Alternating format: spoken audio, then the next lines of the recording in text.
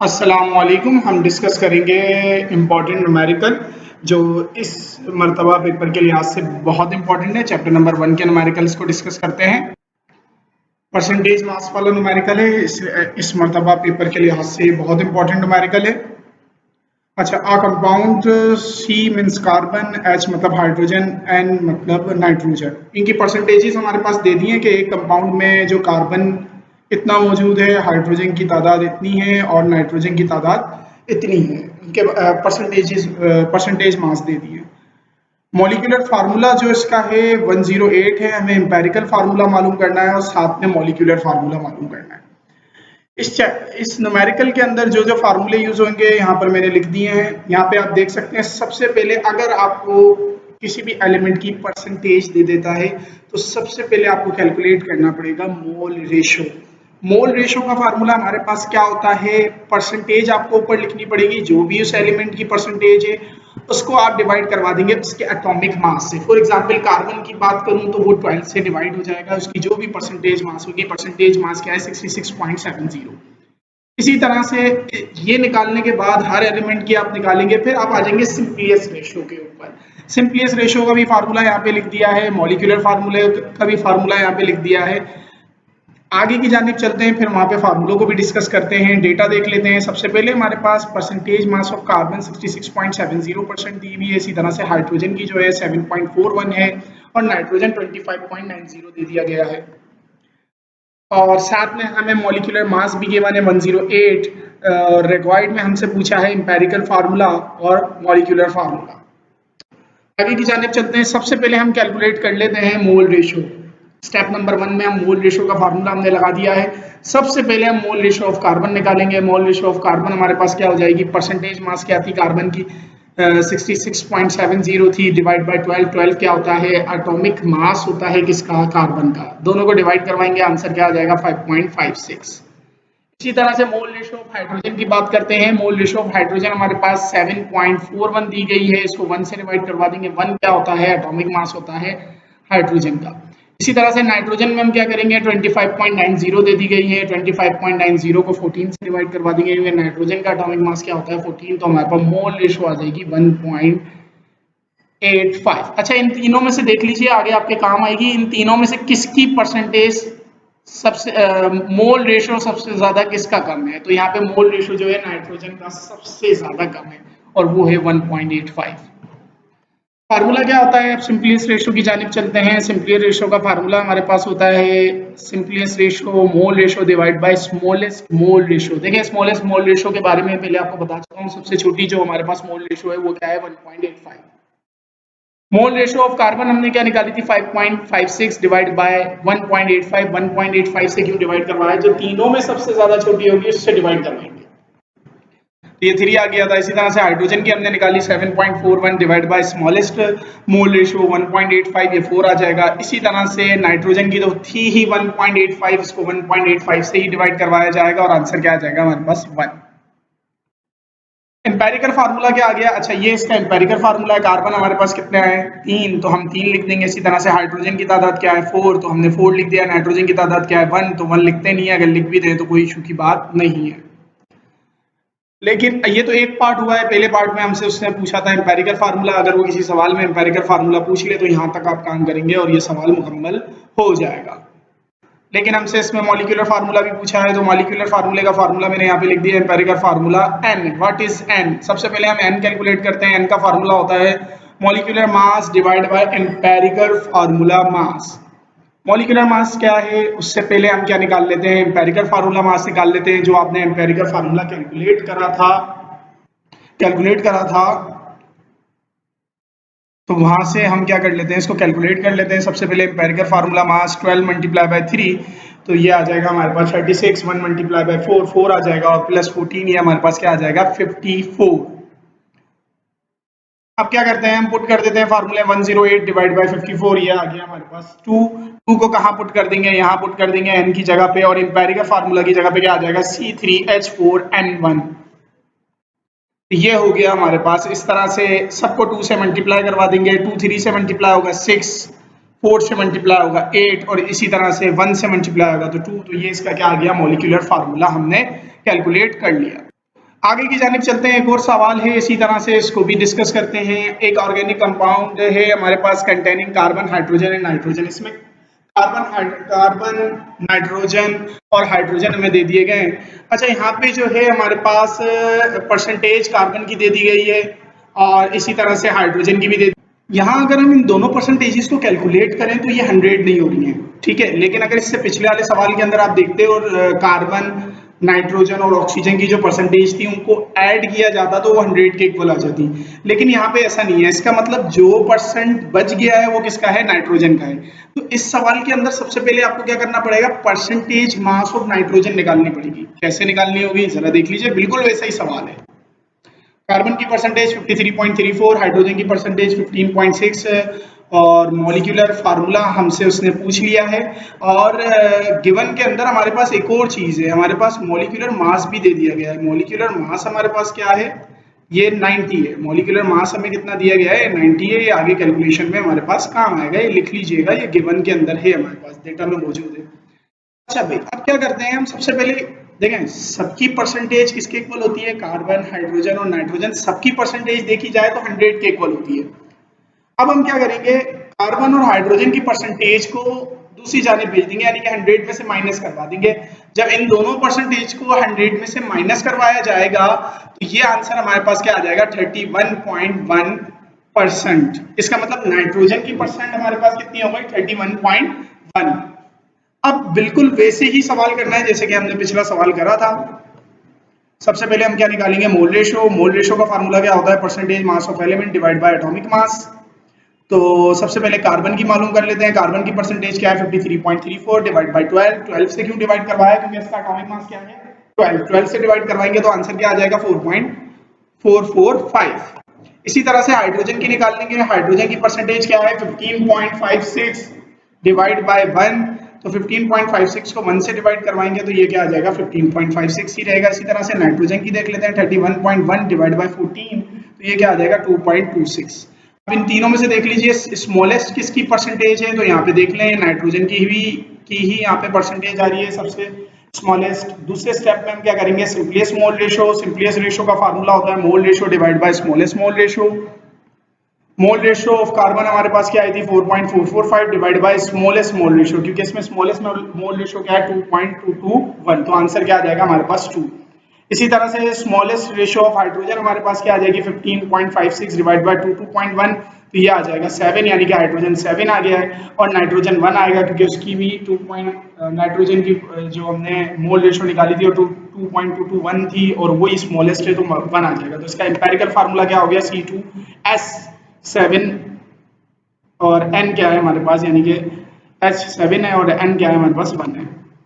इसी तरह से मॉलिक्यूलर फार्मूला हम कैलकुलेट करेंगे। सबसे पहले N निकालना पड़ेगा। सबसे पहले एम्पेरिकल फार्मूला मास निकाल लेते हैं। वो क्या आ रही है हमारे पास? 45 आ रही है। तो यहाँ से हम 90 को 45 से डिवाइड करवाएंगे तो N क्या आ जाएगा हमारे पास? 2। N की जगह पे हम क्या लिखेंगे? 2। तो C2 है तो 2 को 2 से मल्टीप्लाई कराएंगे 4, 7 को 2 से मल्टीप्लाई करेंगे 14 और 1 को 2 से मल्टीप्लाई कराएंगे तो 2।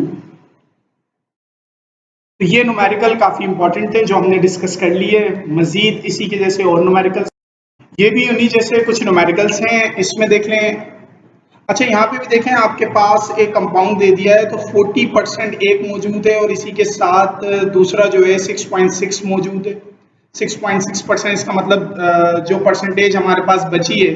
अच्छा, ये जो परसेंटेज मौजूद है यहाँ पे आप लिख लीजिए, ये कार्बन की परसेंटेज मौजूद है और हाइड्रोजन की परसेंटेज ये मौजूद है और एक ऑर्गेनिक कंपाउंड है। तो ऑर्गेनिक कंपाउंड में ये आप एक बात ज़हन में लिख लें, अगर आपको तीनों एलिमेंट के नाम नहीं देता है तो एक आप कार्बन ले लिया करें, दूसरा आप हाइड्रोजन, ऑर्गेनिक कंपाउंड में ये तो 2 कंपलसरी होते हैं, और एक ऑक्सीजन भी आप ले सकते हैं।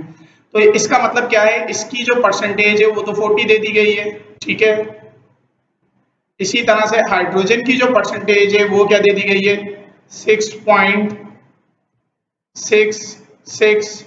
तो भाई ऑक्सीजन की परसेंटेज क्या है? तो आप इसको कैलकुलेट करेंगे 100 में से माइनस करके और उसको सॉल्व करेंगे।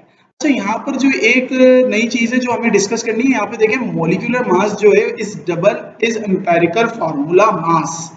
देखिए लास्ट जो हमने न्यूमेरिकल करा था, अगर उसमें आप देखें तो एम्पेरिकल फार्मूला मास हमने कैलकुलेट करी थी। जो हमारा इससे पहले वाला सवाल था उसमें एम्पेरिकल फार्मूला मास जो थी वो हमारे पास आई थी 45, ठीक है, वो क्या आई थी 45 आई थी। तो आप ये वाला जब न्यूमेरिकल कर रहे होगे तो मोलिकुलर मास जो होगी वो आप क्या ले लेना 90 ले लेना, मतलब डबल ले लेना, जो भी एम्पेरिकल फार्मूला का मास आएगा उसका डबल ले लेना, तो आप इसको ऑटोमेटिकली क्या ले लेना 90 ले लेना। या अगर फॉर एग्जांपल ये हमारे पास आती है 54, तो आप मॉलिक्यूलर फार्मूला क्या ले लोगे 108, यानी कि उसके डबल ले लोगे, जो भी आएगा उससे डबल आप ले लीजिएगा। तो यहाँ से आप क्या कैलकुलेट कर लोगे मॉलिक्यूलर फार्मूला कैलकुलेट कर लोगे। इस तरह का भी एक सवाल आ सकते हैं, देखें यहाँ पे हमसे उसने पूछा एम्पेरिकल फार्मूला, इसका मतलब आपको एम्पेरिकल फार्मूला पे स्टॉप कर देना है, यानी कि पहले आपको मोल रेशो निकालनी है, फिर सिंपलेस्ट मोल रेशो निकलेगी हमारे पास, और उसके बाद हमारे पास एम्पेरिकल फार्मूला कैलकुलेट हो जाएगा, काम वहां खत्म हो जाएगा। इस सवाल के अंदर देखें तो 80% जो है वो आपको कार्बन दे दिया है और 20% जो है हाइड्रोजन दे दिया है। इसका मतलब यहाँ है ही दो कंपाउंड, एक कार्बन और दूसरा हाइड्रोजन, तीसरा हमारे पास कोई इस कंपाउंड के अंदर एलिमेंट नहीं है। और ये बात कैसे पता चल रही है, एक 80% है दूसरा 20% है, इसका मतलब ना ऑक्सीजन ना नाइट्रोजन इसके साथ कोई भी नहीं है। ये इसी चैप्टर के कुछ न्यूमेरिकल्स हैं, इनको डिस्कस कर लेते हैं। इस न्यूमेरिकल के अंदर हमें क्या करना है, calculate the mass of CO2 मालूम करना है and the volume of O2। इस सवाल को करने से पहले कुछ बेसिक कॉन्सेप्ट आपके पास क्लियर हों। देखें यहाँ पे मैं लिख देता हूँ, आप बाजार गए फॉर एग्जाम्पल और बाजार से आपने फॉर एग्जाम्पल आपने 10 जो हैं शर्ट परचेज की हैं, S4 शर्ट, तो 10 शर्ट आपने परचेज की हैं, फॉर एग्जाम्पल आपने ये 500 की परचेज की हैं, ठीक है, ये आपने 500 की क्या कर ली 10 शर्ट्स परचेज कर ली। मेरा सवाल आपसे ये है कि आप मुझे बताएं, मैंने आपको आके बोला कि भाई मुझे आप 4 शर्ट दिला दो, तो मुझे ये बता दो कि मुझे कितने की ये चारों शर्ट पड़ जाएंगी, ये सवाल है मेरा आपसे। ये यूनिटी मेथड है, पहले आपको ये आना चाहिए। तो सबसे पहले आपको क्या करना पड़ेगा, इसमें 3 चीजें हैं, 10 में 10 है 500 की, 4 कितने की होंगी, देखें 3 चीजें हैं इसके अंदर।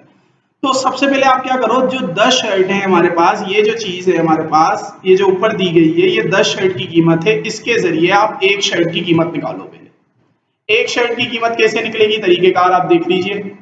1 शर्ट इज इक्वल टू, आप 500 को डिवाइड करवा देंगे, 500 को डिवाइड करवा देंगे आप 10 से, तो ये आपका आंसर आ जाएगा, 0 से 0 कैंसिल आउट, ये आंसर आ जाएगा। एक शर्ट की जो कीमत है वो 50 रुपए, एक शर्ट कितने की आ रही है 50 रुपए की आ रही है। तो इसका मतलब अब 4 शर्ट की कीमत निकालना हमारे लिए आसान हो गया है। जो 4 शर्ट हमारे पास कितनी आएंगी, हम 50 को मल्टीप्लाई करवा देंगे 4 से, जब हम 4 से मल्टीप्लाई करवाएंगे तो आपको पता चल जाएगा कि 4 शर्ट की कीमत क्या है, ये 200 की हमें क्या पड़ेंगी, 4 शर्ट्स पड़ जाएंगी। तो ये यूनिटी मेथड है जो आपको पता होना चाहिए। शुरू करते हैं हम, तो डेटा बना लेते हैं सबसे पहले हम। तो डेटा में ग्राम मास ऑफ CH4 11.4 ग्राम हमें दे दी है। अच्छा, CH4 जो है वो मीथेन का फार्मूला है, जो हमारे घरों में सुई गैस आती है उसका फार्मूला है ये। और रिकॉर्ड में हमसे क्या पूछ लिया है, मास ऑफ CO2 और वॉल्यूम ऑफ O2 मालूम करना है, ठीक है। सॉल्यूशन देखें, इसमें सवाल में क्या पूछा है कि जब हम 11.4 ग्राम CH4 लेंगे तो आप बताएं हमें कि इसमें कार्बन डाइऑक्साइड कितनी प्रोड्यूस होगी और हमें कितना वॉल्यूम चाहिए होगा ऑक्सीजन का। एक में वॉल्यूम पूछा है और दूसरे में हमसे क्या पूछा है, मास पूछी है। अब क्या करेंगे, अब यूनिटी मेथड जो मैंने आपको बताया था, देखें यूनिटी मेथड करने के लिए 3 चीज़ें चाहिए। यहाँ पे सिर्फ CH4 का दिया हुआ है, यानी कि CH4 में कितनी कार्बन डाइऑक्साइड प्रोड्यूस होगी, ये उसने हमसे सवाल पूछा है। तो सबसे पहले हम क्या करते हैं, गिवन इक्वेशन जो हमारे पास है, ये इक्वेशन दे दी गई है, हम क्या करेंगे, देखें हमें ये गिवन है, ये भी मालूम, इसका वॉल्यूम मालूम करना है और इसका मास मालूम करना है। इन तीनों के मॉलिक्यूलर मासेस हम कैलकुलेट कर लेंगे। अच्छा, ये तो गिवन थे हमारे पास इन दोनों के, इसका वॉल्यूम, ठीक है, वी लिख लेते, वी लिख लिया है, वी मीन्स वॉल्यूम और जी मीन्स मास, यानी कि ग्राम मास या मास। तो सबसे पहले इसका मॉलिक्यूलर मास निकाला, कार्बन के 12 होते हैं, 12 मल्टीप्लाई बाय 1, तो 12, तो हाइड्रोजन के 1 होते हैं, तो 1 मल्टीप्लाई बाय 4 करेंगे, और 1 को 4 से जब मल्टीप्लाई करेंगे 4 आ जाएगा, और 4 12 प्लस 4 क्या होता है हमारे पास 16 ग्राम होता है। तो ये इसका हमने मास निकाल लिया है। इसी तरह से O2 का भी हम मास निकाल लेते हैं, मॉलिक्यूलर मास। तो ऑक्सीजन के 16 होते हैं, 16 मल्टीप्लाई बाय 2, ये 32 हो जाएगा, 32 को 2 से मल्टीप्लाई कराएंगे, ये आ जाएगा हमारे पास 64। इसी तरह से कार्बन डाइऑक्साइड के भी निकाल लेते हैं, कार्बन के 12 होते हैं, ऑक्सीजन के 16, 16 मल्टीप्लाई बाय 2, 16 मल्टीप्लाई बाय 2 जब हम करेंगे तो ये 32 हो जाएगा, 12 प्लस 32 क्या आ जाएगा हमारे पास 44 ग्राम। इसका मतलब जो हमारे पास गिवन होगा और जो मालूम करना होगा, इनके मासेस हम निकालेंगे। वाटर की जरूरत ही नहीं है क्योंकि उसने वाटर हमसे पूछा ही नहीं है। अब क्या करते हैं हम, सबसे पहले CO2 की बात कर लेते हैं। CO2 के लिए काम करते हैं हम। तो यहाँ पे 16 ग्राम में कितना प्रोड्यूस हो रहा है, यहाँ पे इस बात को समझें, देखें 16 ग्राम में प्रोड्यूस हो रहा है 44। सवाल क्या है हमारा कि 11.4 ग्राम में कितना होगा। तो सबसे पहले हम 1 ग्राम के लिए निकालते हैं, वही यूनिटी मेथड यूज करते हैं। तो 16 gram of CH4 produce 44 gram of CO2। 1 ग्राम में कितनी प्रोड्यूस होगी, 44 divide by 16, 2.75 gram of CO2 produce होगी। अगर 1 ग्राम मीथेन हम लेंगे और उसको ऑक्सीजन के साथ रिएक्ट कराएंगे तो हमारे पास 2.75 ग्राम ऑफ CO2 प्रोड्यूस होगी। 1 ग्राम के लिए हमने निकाल लिया, ठीक है। अब क्या करेंगे, एक में 2.75 हो रहे हैं तो 11 में कितने होंगे, मल्टीप्लाई करवा देते हैं। तो 2.75 मल्टीप्लाई बाय 11.4 तो हमारे पास आ जाएगा 31.35 ग्राम ऑफ CO2 हमारे पास प्रोड्यूस होगी। इसी तरह से वॉल्यूम में भी हम क्या करते हैं, पहले मास निकाल लेते हैं, ठीक है। आप समझ लें उसने मास ही हमसे पूछा है तो बिल्कुल यही मेथड हम यूज करेंगे। 16 ग्राम ऑफ CH4, अच्छा ये इससे रिएक्ट होती है, यहाँ पे थोड़ी सी वर्डिंग चेंज हो जाएगी, और ये इससे क्या होता है, प्रोड्यूस होता है। तो यहाँ पे मैंने रिएक्ट विद, इसकी मास क्या है 64 ग्राम ऑफ O2। तो 1 ग्राम कितने से रिएक्ट होगा, तो यहाँ पे हम निकाल लेते हैं 64 डिवाइड बाय 16, यानी कि 1 ग्राम आप मीथेन लोगे तो 4 ग्राम आपको क्या लेना पड़ेगा, ऑक्सीजन लेना पड़ेगा, जब जाके रिएक्शन मुकम्मल होगा। तो 11.4 ग्राम में कितनी है हमें जरूरत पड़ेगी, 45.6 ग्राम ऑफ O2 की जरूरत पड़ेगी। लेकिन हमसे उसने क्या पूछा था, वॉल्यूम, हमसे उसने मास नहीं पूछी थी। तो यहाँ पे कुछ हम ऐड करेंगे, फार्मूला होता है हमारे पास, वॉल्यूम ऑफ O2 बराबर होता है gram mass upon molecular mass multiply by 2.4। तो ग्राम मास हमारे पास क्या है 45.6, और यहाँ पे O2 देखें, 2O2 की नहीं, O2 की। तो O2 आप यहाँ पे देख लें, O2 की जो मॉलिक्यूलर मास होगी वो क्या होगी, ऑक्सीजन के 16 होते हैं, 16 मल्टीप्लाई बाय 2, और ये आ जाएगा हमारे पास 32 आपको लेनी है, ना कि 64। ये थोड़ा सा ख्याल रखिएगा, ज्यादातर बच्चे इसी में गलती करते हैं। 64 नहीं लेनी है आपको, क्योंकि आप यहाँ से ऑक्सीजन की देखेंगे, यहाँ तो 2O2 की है ना, हमें सिर्फ जो ऑक्सीजन है कंपाउंड है सिर्फ उसकी लेनी है, O2 की लेनी है, 2O2 की नहीं लेनी है। तो 32 से हम यहाँ पे डिवाइड करवा देंगे, तो यहाँ हमारे पास वॉल्यूम इसका आ जाएगा 31.92 dm³। इसी की तरह एक और सवाल है, उसको डिस्कस करते हैं। यहाँ पे हमारे पास क्या दिया हुआ है, how many volume of nitrogen gas. यहाँ पे वॉल्यूम हमारे पास मालूम करना है, इक्वेशन भी हमें गिवन दी हुई है, और यहाँ पर हमें टेम्परेचर दे दिया है, साथ में प्रेशर भी दे दिया है, ठीक है, और ग्राम तो हमें दी हुई है।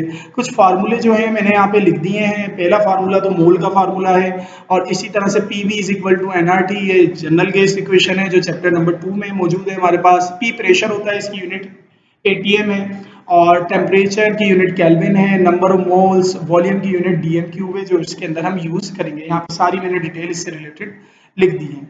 डेटा बना लेते हैं। सबसे पहले हमारे पास मास हमें दे दिए किसकी, अमोनिया की, NH3 को अमोनिया कहा जाता है। और इसी तरह से जो हमारे पास टेम्परेचर है 21 दिया हुआ है, सेंटीग्रेड को केल्विन में किस तरह से लाते हैं, 273 ऐड कर ये 294 हो जाएगा। इसी तरह से ATM में मौजूद है, ATM में लाना पड़ेगा इसको, टॉर में मौजूद है, तो टॉर में किस तरह से लाते हैं, 760 से डिवाइड करके, तो ये ATM में आंसर आ जाएगा। प्रेशर को ATM में लाना जरूरी है। इसी तरह से R तो कांस्टेंट वैल्यू है, आपको पेपर में गिवन होगी। नाइट्रोजन का वॉल्यूम मालूम करना है, तो अब वॉल्यूम मालूम करने के लिए जाहिर सी बात है इतनी सारी चीजें दी हुई है, इसका मतलब ये फार्मूला लगेगा PV is equal to NRT। अब मसला ये है कि n कैसे निकाला जाए, तो सबसे पहले हम n कैलकुलेट करेंगे। तो n कैलकुलेट करने के लिए हमारे पास क्या होना चाहिए, n का फार्मूला होता है ग्राम मास अपॉन मॉलिक्यूलर मास, ग्राम मास होनी चाहिए। तो सबसे पहले हमें क्या निकालनी पड़ेगी, वॉल्यूम ऑफ N2 मालूम करना है, तो इसकी मास निकालनी पड़ेगी। तो मास वही हम यूनिटी मेथड से निकालेंगे, देखते हैं जरा। तो यहाँ पे हमें मास किसकी निकालनी है, N2 की निकालनी है, और NH3 की मास हमारे पास गिवन है।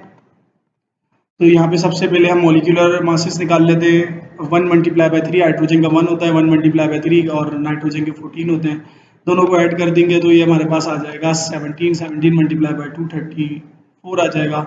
14 नाइट्रोजन के 14 होते हैं, 14 मल्टीप्लाई बाय 2 और ये आ जाएगा हमारे पास 28।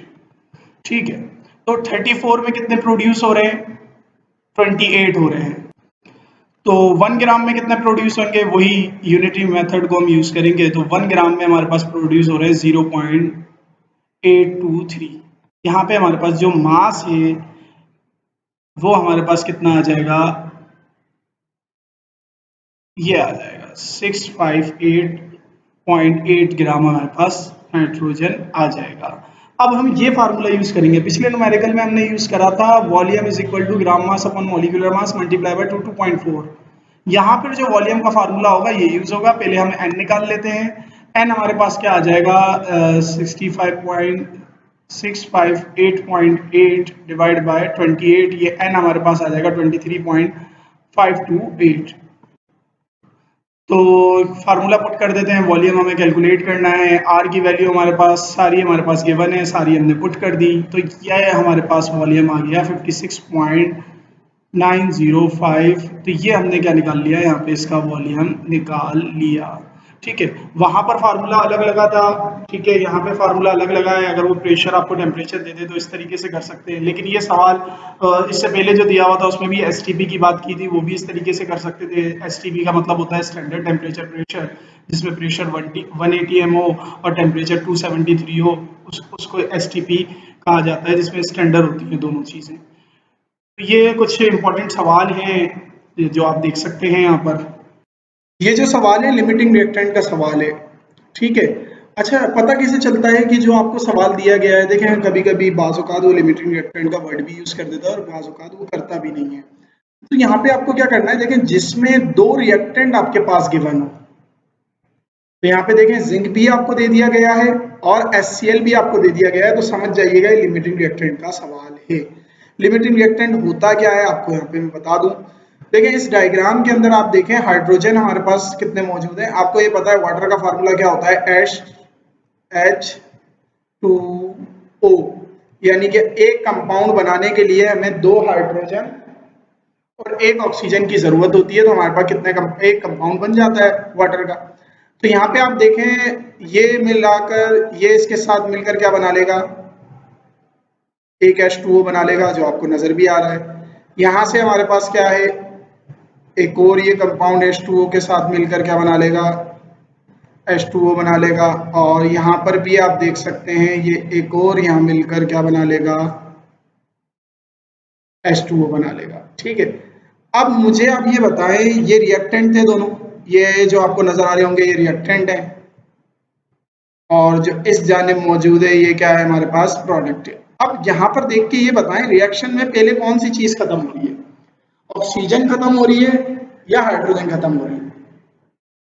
आपका सवाल होगा पहले ऑक्सीजन में क्या खत्म हो रहा है, पहले रिएक्टेंट में क्या खत्म हो रहे हैं, ऑक्सीजन खत्म हो रही है। अगर एक ऑक्सीजन और मौजूद होती तो वाटर का मॉलिक्यूल्स एक और बन जाता। तो हमेशा याद रखें जो चीज रिएक्शन में पहले खत्म हो जाए वो लिमिटिंग रिएक्टेंट कहलाता है, और जो रिएक्शन में बच जाए, देखिए यहाँ पे हाइड्रोजन बच गए हैं, 2 एक्स्ट्रा हैं प्रोडक्ट में आपको नजर आ रहे होंगे, तो इसका मतलब ये एक्सेस अमाउंट था। जो रिएक्शन में पहले खत्म हो गया वो क्या होगा, लिमिटिंग रिएक्टेंट। तो ऑक्सीजन इस डायग्राम के अंदर क्या है, लिमिटिंग रिएक्टेंट है। ठीक है, तो सवाल यहाँ पे शुरू करते हैं कि किस तरह से हम किसी भी रिएक्शन के अंदर लिमिटिंग रिएक्टेंट को मालूम कर सकते हैं। डेटा बना लेते हैं। ग्राम मास ऑफ जिंक भी हमें दे दी है, ग्राम मास ऑफ HCl भी हमें दे दी है। रिक्वायर्ड में हमें मालूम करना है gram mass of zinc Cl2। Equation हमारे पास गिवन है, जो जो हमारे पास गिवन होता है और जो मालूम करना होता है उसकी मासेस हम निकाल लेते हैं। तो इनकी मॉलिक्यूलर मासेस हम निकाल लेंगे। ये दोनों हमारे पास गिवन है और इसका मास हमें मालूम करना है।